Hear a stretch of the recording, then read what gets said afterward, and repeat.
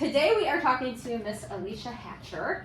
She is the co-founder of RAKS. She co-founded it alongside Craig Wilby, and she has been incarcerated in the past. She is passionate about the justice system, the city of Detroit, and so I thank you for being here and sharing your story. You're welcome. And so I always like to start with a little bit of background. So where you grew up and kind of how you found yourself. Well, first of all, I want to thank you for having me. Of course. This is very unusual. It's not uncomfortable, but it's different for me because I take behind the scene position.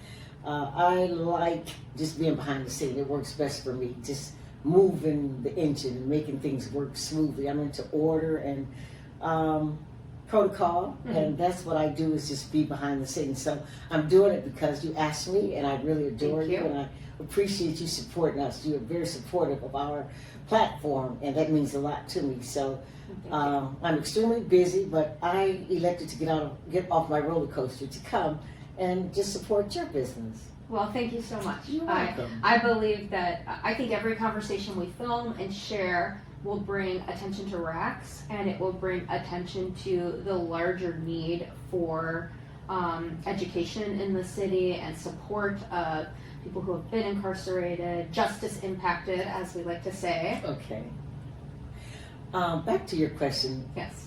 I need you to revisit that again. Sure. So tell me a little bit about growing up. So, for example, I know some of the guys that we've talked to, they had both parents in the home, and they were going to school and doing good in school. And Craig mentioned he loved to cook, and he started cooking. And so, tell us a little bit about your youth.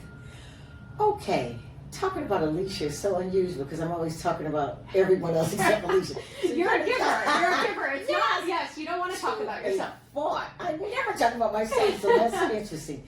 I came from a single family household. My mother, and she was just a wonderful woman. God bless her, because she's in heaven now. And she loved her children. She did just everything to make sure that we were okay. I always thought we were wealthy until I got outside the neighborhood and realized, once I got off the block, I realized we were not wealthy. She did mom's job, though, protecting her kids. She did. And she was very protective of us. And I'm like, I didn't miss none of that stuff until I just ventured off the neighborhood. So my mother ended up getting married to my sister's dad. And he was there. He was a very good, hard-working man that was not there most of the time because he was working. Okay. And we came from a very, very nice, wholesome family. We always had a lot of people around because I had my mother's sister, two sisters, had a big family. So we all grew up. We were first cousins, but we all grew up like sisters and brothers. And I had a very happy childhood. Yeah. I don't think, no bad things that I could think of, but my mother just was such a wonderful woman, and she provided for her children. Mm-hmm.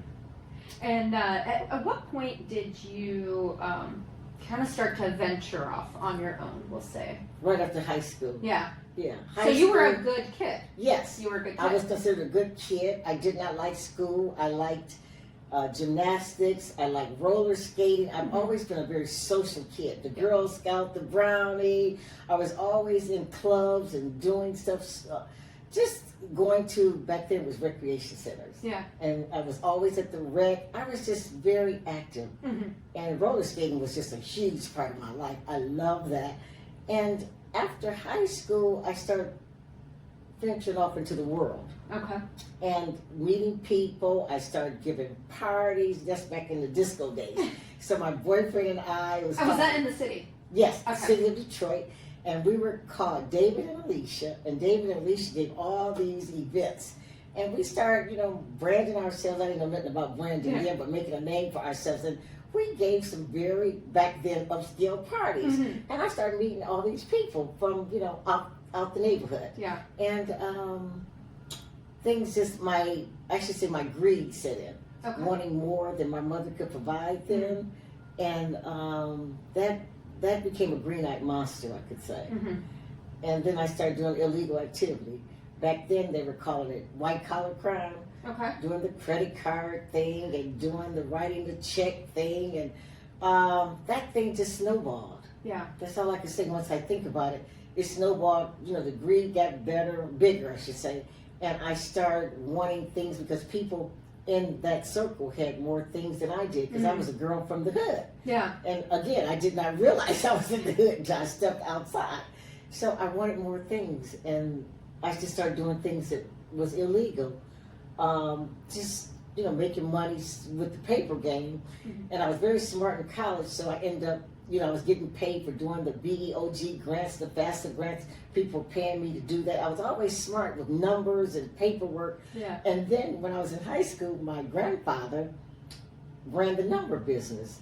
And him and my mother, so I would come home after school and do the numbers. So that was my money. I came from a very hustling family. My mother did the numbers, the racetrack, give poker games every weekend. So here today, I am so anti-gambling. Yes. I came from a severe gambling family, and I'm like, no, I'm making my money and I'm keeping it. I'm not gambling because now gambling is a huge thing. Oh, it's a big thing. Yes. You have how many? Yeah, three Three casinos. casinos. So I don't participate in that at all, but I do reap the benefits. Go down there, eat, or have a hotel room, or get my beauty services. But gambling is just such a no-no for me. Yeah. So after I graduated from high school, we started giving the parties, as I said, and then I met these guys. I always met guys. I was a cute little young chick back then. Thought I'd be young forever. And you're young on the inside still. yes, and young at heart. Young at heart, exactly. I still think I'm 21 or 27. But I met guys coming from California, and that's how I got introduced to the drug business. Okay. And you would never convince me when I went to prison. I went to prison for 10 years, and I could tell you everything that someone else did except me. I was not, because that was beneath me to think I was a drug dealer. Yeah. Because I always had a career. Yeah. I was in the beauty business for 23 years, doing hair, makeup. I had a wonderful career and worked hard. 12, 14 hours a day doing hair, and had a great clientele downtown Detroit. And, it was just on and popping for me as a young person. Yeah. And Alicia had to step off into the drug business. And I will say, I mean, even now, you're just such a sweet, kind, beautiful person. Not to say that somebody who looks different would have a past and you wouldn't, but it is surprising. It's surprising, to me, too. I'm like, what happened to her? How did she get there? That girl. And my mother used to say, I didn't raise you like that. How? Yeah. Where did they come from? But your outside influences mean a lot. And I'm not saying, and I'm taking full responsibility. No one made me. I just did it. And, I'm truly, indicative of what I did. I am responsible. I take full responsibility, I should say, for what I did. And when I look back, I'm like, I didn't even have to do that. My life was going great. I had one of the most fabulous salons in the city of Detroit. I was downtown Detroit. I opened up Grand Illusion Hair Salon October the 1st, 1985. And I mean, it was booming. I had no reason to have to go sell drugs. Yeah.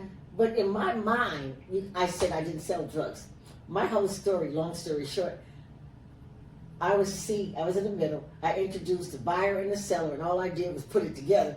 But just sold drugs. But even when I was incarcerated, I was at Alderson, West Virginia. My therapist, Dr. DiGiulio, she's like, Alicia, you sold drugs. I said, I did not sell drugs. I just put the deal together. But I had to write a 10-page letter, single space, I could not double space, about my inner child. And when I wrote that 10-page letter, she made me perform it in a group. She made me stop wearing, we could wear our own clothes at Alderson back then. She made me stop wearing my own clothes. I had to wear the prison uniforms because she said I had That's like shocking. She said I had a sense of entitlement. Wow. And I would go at her. I mean, I would report her. I mean, we would go at it head on. But after I read that 10-page letter that I wrote to my inner child, Alicia, as far back as I can remember, I want you to know I started boo-hoo, crying, snotting. I just did not know I had all that built up inside of me. And that letter just brought me out to be like, I was a drug dealer. But I had to go through that to really, I had to go through it and grow through it to realize, and to accept my part of that. Yeah. And that's why I'm so adamant about what I'm doing now, because I realized that I destroyed my community, communities, I should say, and as a result, I am compelled to give back. And I call it my ministry, and I love what I'm doing now. The beauty business was great. It was a part of my life. I did for 23 years. And I did a great job at it. People still know me from beauty business, doing hair, doing makeup, all that. But this is so enriching for me to be able to give back and to actually, verbalize what I did. Yeah. Because I held it in for so long. Because I did not want to be noted as selling drugs. Yeah. It's a scarlet letter. Yes, absolutely. Well said. And you think I'm better than those people. Exactly. I did. Yeah. Yes. And my mom did not raise me this way. Oh my God, I didn't come from that environment at So all. I'm curious, what did your mom say when everything went down and you found out you were going to be serving prison time? What did mom say? I did not know that time equated to 10 years. It's a long time. Yeah, 125 months. When I got back in the cell, I told them I had 125 months. And I just I thought I was infallible. Yeah. I had no idea that was 10 years. And I'm like, I can't do 10 years with these people. Yeah. And my world was rocked because I had such a pristine life. And to go down to wearing I only had, 3 outfits, the 2 pair of gym shoes, and I hated gym shoes back then. My world was just taken from me, slipped from under my feet, and it was nothing I could do about it. And it was a rough road for me, but I refused to let it get me. So I used to tell the officers, they used to say, Hatcher, what's so funny? You laugh too much, you're in prison. And I used to say, well, I'm in prison, I'm physically in prison, but my mind constantly is flowing through the universe. I refused, and I'm very competitive anyway, but I had refused in my mind to let prison break me down. Yeah. I seen the women come in and go out. It was like the door was just, a rotary door. And I'm like, why do I want to come back to a place like this? Yeah. So I did the time, and when I left, it was so emotional. I did about almost 8 years working in the chapel. Okay. So I got to meet, collective of all kind of people, all kind of nationalities. People had to come to the chapel, and I got to see them through the intro. So I learned a lot about them. I learned a lot about myself. At the end of my tenure, I ended up being a photographer. Okay. And I got to go in the visiting room, and that was nice. And photography is truly my hobby now.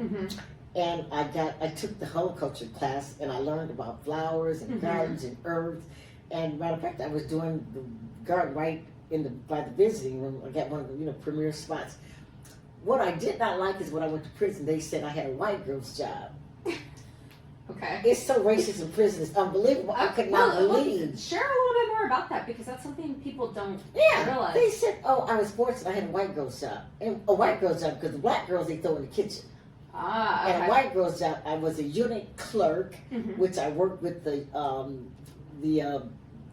officers and the counselors, and I had my own office, and we had a key, and I had a separate room. So those were considered the white girl jobs. Yeah.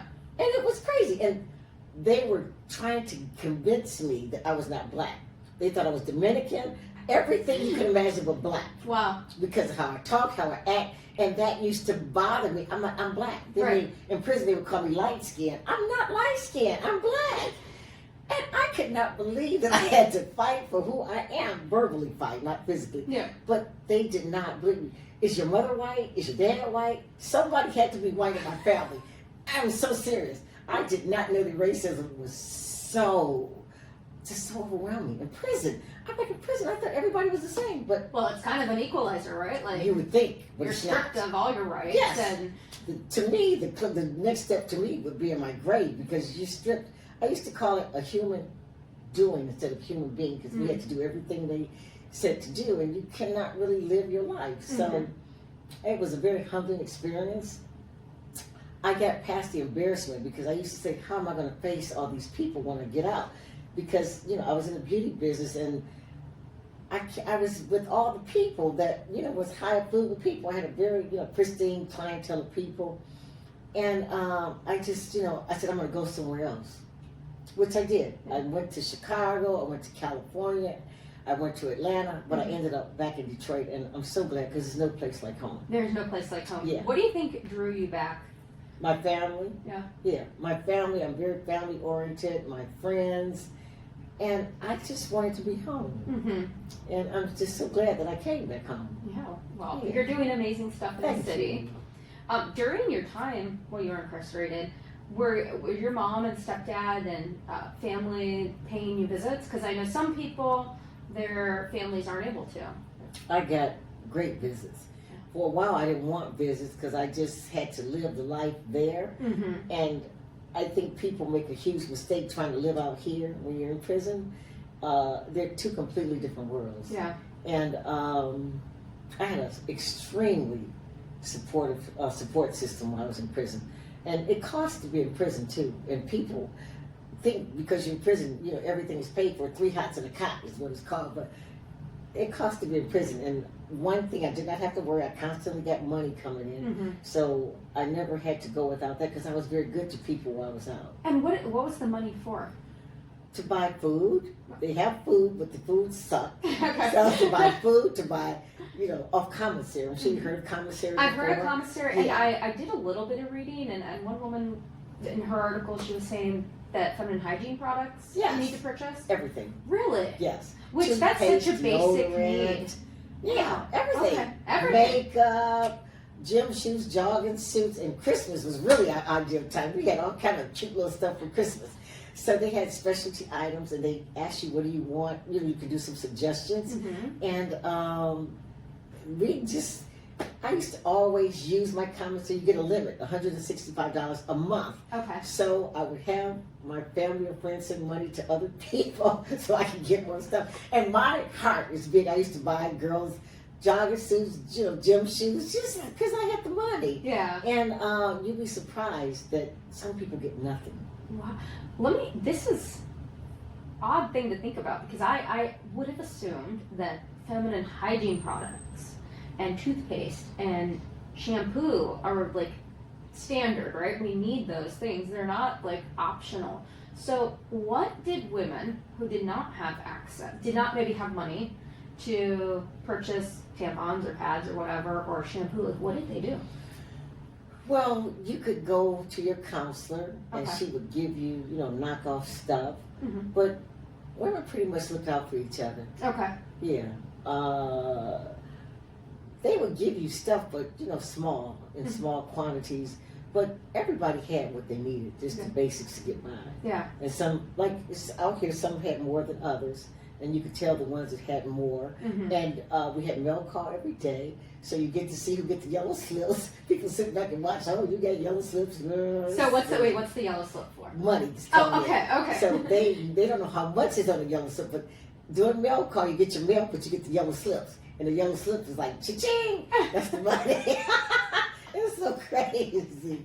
Things are so petty there, I should say. And realistically, a bunch of women under one roof. Oh my God. 1,200 women. I had already had experience because I was in the beauty business and I serviced women. But Yes. I learned some stuff from those chicks in prison. Like, oh my God. Men are really, they have no idea how conniving women can be. And you have to get up real early to outsmart a woman. Yeah. And they taught me some tricks in there. I mean, oh my God, living with all those women was such an experience. I'm sure. Yeah. And I don't regret it because, I had to do the time for what I did. Right. I met some lifetime friends there. Matter of fact, Martha Stewart came after me and she had my exact same job. That was crazy. She got the real life. Yeah. That was something. But it was something. And I think about it, it's a part of my life I would never forget. And I don't mind talking about it because it's indicative of the woman that I have become today. Yeah. And if I did not do that time, God only knows where I would be. Right. But it was definitely a growing experience for me. Yeah.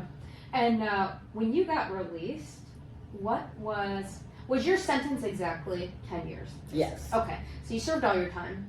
8.5 years is what you do on 10. Then I came out and I was on probation. That was the worst time. I wanted to stay in because I did not want to go through living in a halfway house and going through that whole thing. What we call it is walking it down, and I wanted to walk it down.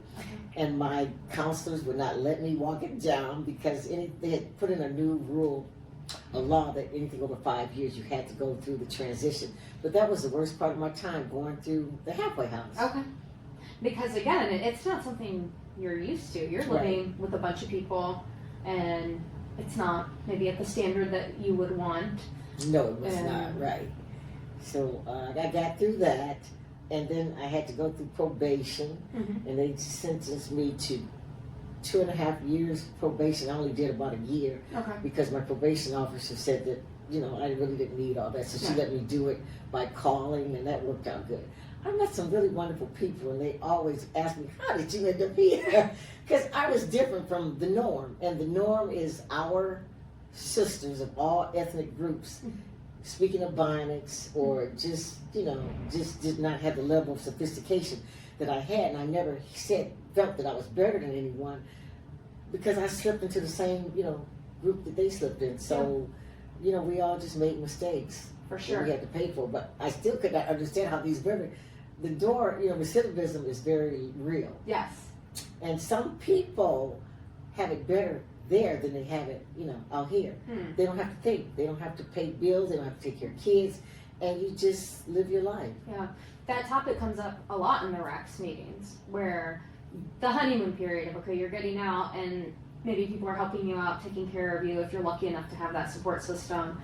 But, people routinely are asking for help finding housing, jobs, transportation, like all of these important things that you need in order to be a contributing member of society. Yeah. And RAKS is doing an amazing job connecting people. So let's talk a little bit about your work with RAKS. RAKS is my baby. I'm very protective of RAKS, just like RAKS is my child. And nothing goes on without, me being involved with RAKS. It is my child. We're not getting the funding that we need. I am very much in debt now because, people just show up. They have no idea of the logistics that it takes to pull this thing together. And RAKS have another component. Tuesday is a support group, but we have a component Thursday, which is today. We have professional people come in that teaches. Today is Michael Cheatham from Comerica Bank. He teaches financial literacy. We have relationship building. We have entry level to AI. We have nutrition. We have adulting. We have 8 different classes that we rotate.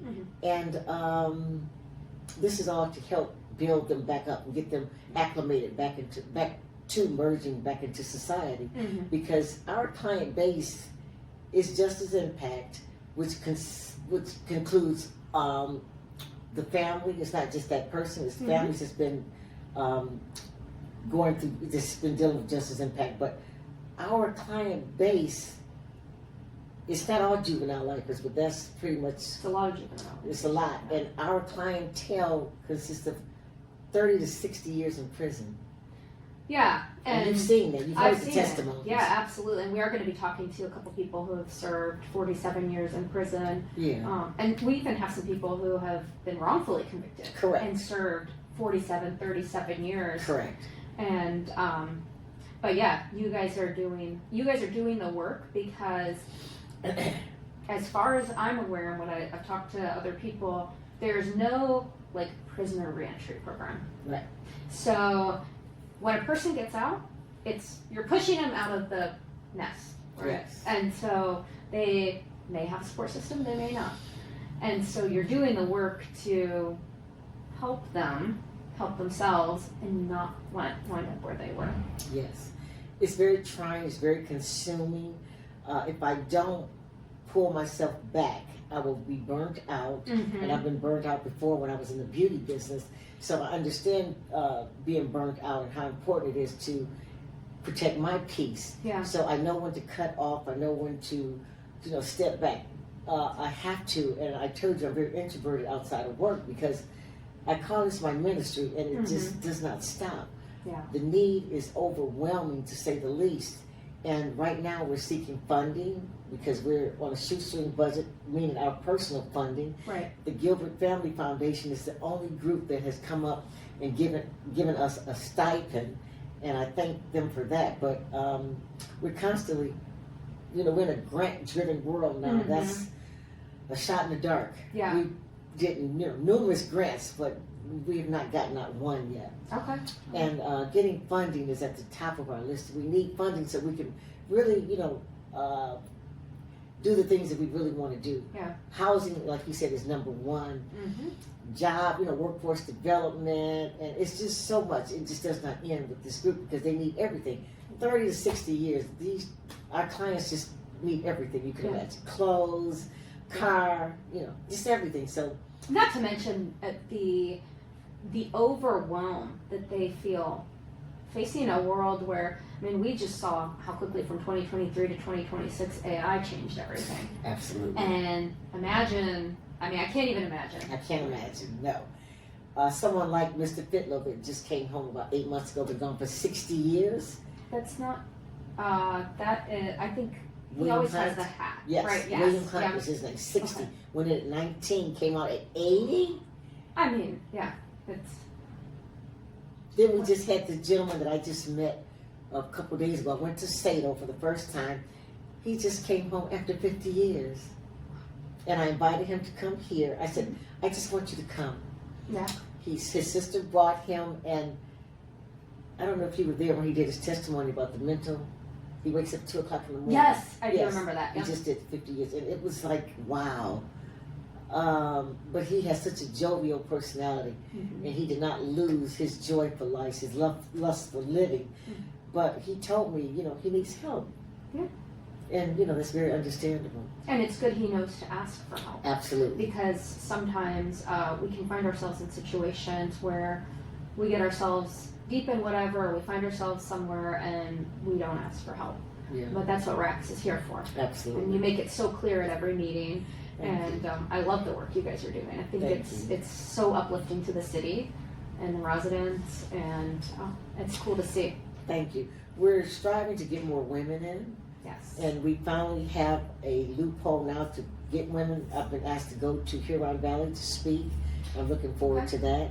And I just finished a proposal this weekend, wanting to go back into MDOC, which is Michigan Department of Corrections, to speak to them when they're men and women, when they're 12 months to 18 months short of their tenure there, to go in and train them with workforce development and wraparound services so that they can be a little more ready when they come out. Yeah. Because the way they're coming out now, it's very sad. Yeah, and I think some people have, the foresight and the hope that, okay, I'm going to get out, so I need to be prepared. But others, I think it's very easy to get just down. Yeah, support is just primary. It's of primary importance because I cannot fathom coming out here, especially after being gone for decades, not having a support system. And some people don't have the support. Yeah. And being in for decades, a lot of them don't have family. Families passed away. Exactly. And Yeah. they're just on their own. Yes. So I hear the stories, I've been on the inside, so I understand. And it makes me much more compassionate because I lived on the inside, for those years. And I'm so grateful to have friends and family to support, me and, continue to support me. Yeah. And people like you, I really appreciate you supporting us. Of course, yeah. No, and their support, honestly, it creates a butterfly effect because you, with their support, are able to do what you do. So. Of course, I want them to understand that I am you. I've been through it. Yeah. And people, and this, I'm getting over something. I dread when people say, you don't look like it. Well, what does that person look like? Well, that's exactly right. Because if there's anything I've learned through the group is there's no look. Correct. There's no socioeconomic status. Correct. Although we know by and large, Black men are incarcerated at higher rates, but that's a whole other thing because of the criminal justice system. Correct. I'm gonna say it. Yeah.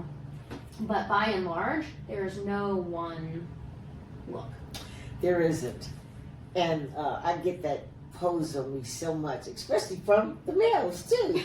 I just can't believe that you did this. You were there. It's like, yes.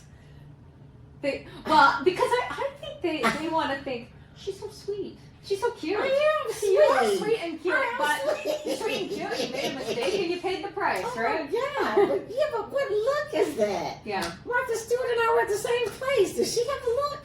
She don't have a look either, right?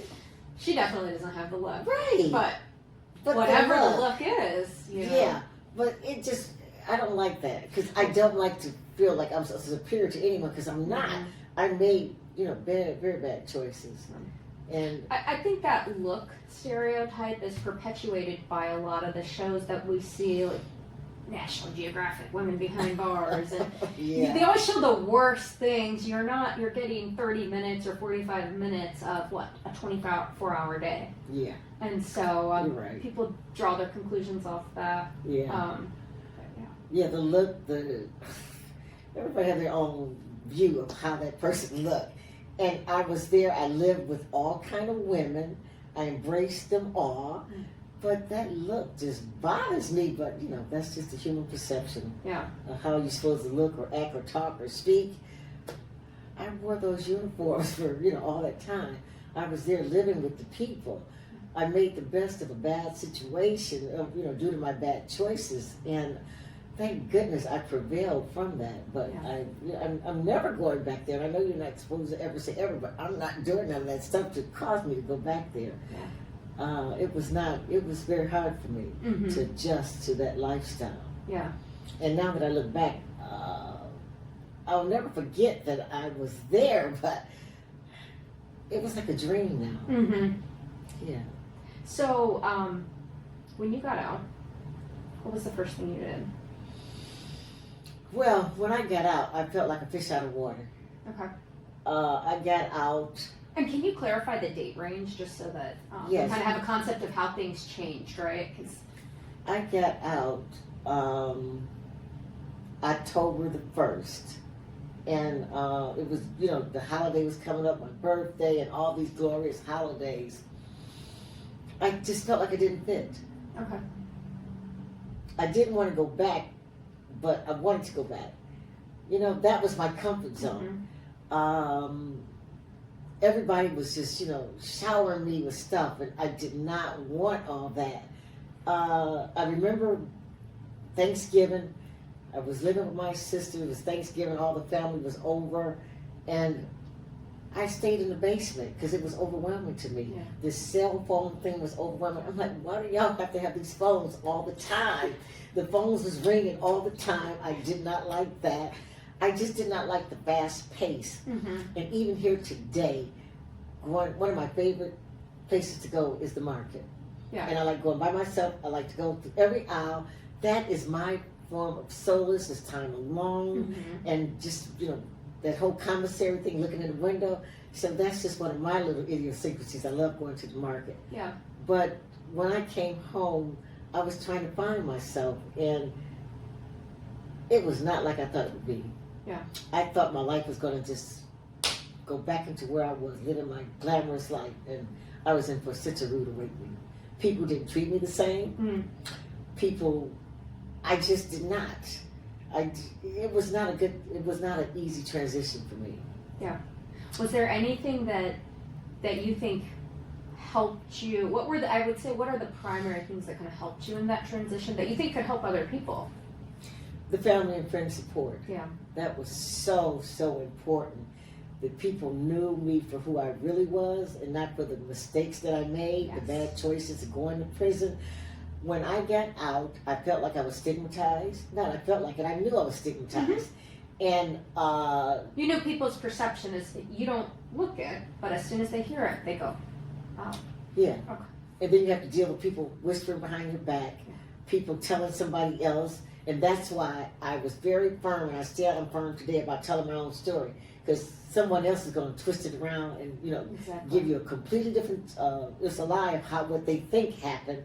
And that's why I'm speaking today, because I want to tell my own story. Yeah. They're not going to tell it how it was. and you have to be acceptable of what you did, accept your responsibility and move on, because people can hold you back and they can make you feel guilty and bad. And I have no remorse now. I've been through all that, and I'm happy with me now, and it feels good. Yeah. Well, I love what you're doing. Thank you. Would love any last words of advice for anyone who maybe they're facing time, or maybe they're just caught up with the wrong crowd. Oh God, when you say that, I just think of so much. The wrong crowd can detour your path for sure. Going to prison is not easy. You definitely have to, whatever God it is that you believe in, hold on to that. And God, I just want to say, be conscious of the choices that you make. Yeah. Because that one choice that you make can change your life, and it can change your life for a lifetime. And there's so many people that go to prison that don't bounce back, because prison definitely is not a place to rehabilitate you. It's a place to destroy you. It can mess with your mind. I've seen women that could not go out because their mind was just destroyed by being there.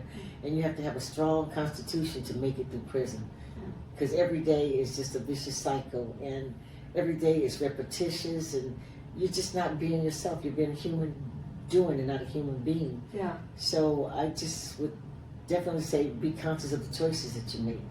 And everything that looks like glitter, is not gold. That is such an old mantra, and it's so true. Because I think of the bad choices that I made that I did not have to, but greed had set in, and greed caused me to make those choices. No one made me make those choices. I made them consciously, and I had to suffer the consequences. Yeah. Yeah. I'm curious. So the Wayne County Jail is right here. I asked Craig this also, but I would love your thoughts on it being torn down now. I think it's a great thing that's torn down, because I was there for about 4 months, and it's a disaster over there. I ended up doing hair while I was there just to get out the cell. That place was not fit for a human being. Yeah. And I've been over to the new jail. Actually, I was just over there a few days ago. Okay. I was at the jail, and I was at the detention center, because we have a contract to go in now to speak to the young people at the detention center. And I'm like, thank God they tore that building down over there. Yeah. It was terrible. Yeah. It was not for a human being. And the new one, which was built by Dan Gilbert's company, Better Off. Correct. Do you like it? Yes. Okay. I don't like it, but It's true. Right. It's there for its purpose, but Correct. you feel it's a better facility. Unbelievable, yes. And we actually went inside. Okay. So I got to see it. I'm like, thank God they have a better environment. That's good. Yeah. Well, your environment makes such a big difference in whether you bloom or wilt, right? Correct, absolutely. And if you're planted in a place with poor soil, you're not going to bloom. And True. so it's good that a better facility has been put forth, so that hopefully more and more people can make good decisions while they're incarcerated and come out and come to RAKS, and then Yes, and with RAKS will be going over there. Yes. They have programming now, and I will be introducing my CDL program there for men and women. We used to have it up in Flint, so we got approved to go into jails, and it's not just myself, it's other companies will be there teaching reading, literacy, they have about 10 different classes. Yeah. So that was stuff that we did not have back then. Yeah. So it's much more, many more opportunities. That's cool. Yes. Well, I thank you so much for sharing your story. Do you have any last words or parting thoughts? Yes, I'm glad I did this. And I you. hope I can help someone, Absolutely. male, female. I just want to help, as many people as I can get past this part of life of making bad decisions. And I want to encourage everyone that you can, prevail from making your bad choices, because everyone makes different choices for different reasons. Yeah. And I just thank God that I was able to come out of that stupor I was in of making, bad decisions. And now I'm for the right thing, and I'm just for helping anyone that I can, servicing my community in a positive manner. Yeah. Well, thank you so much. You're I appreciate welcome.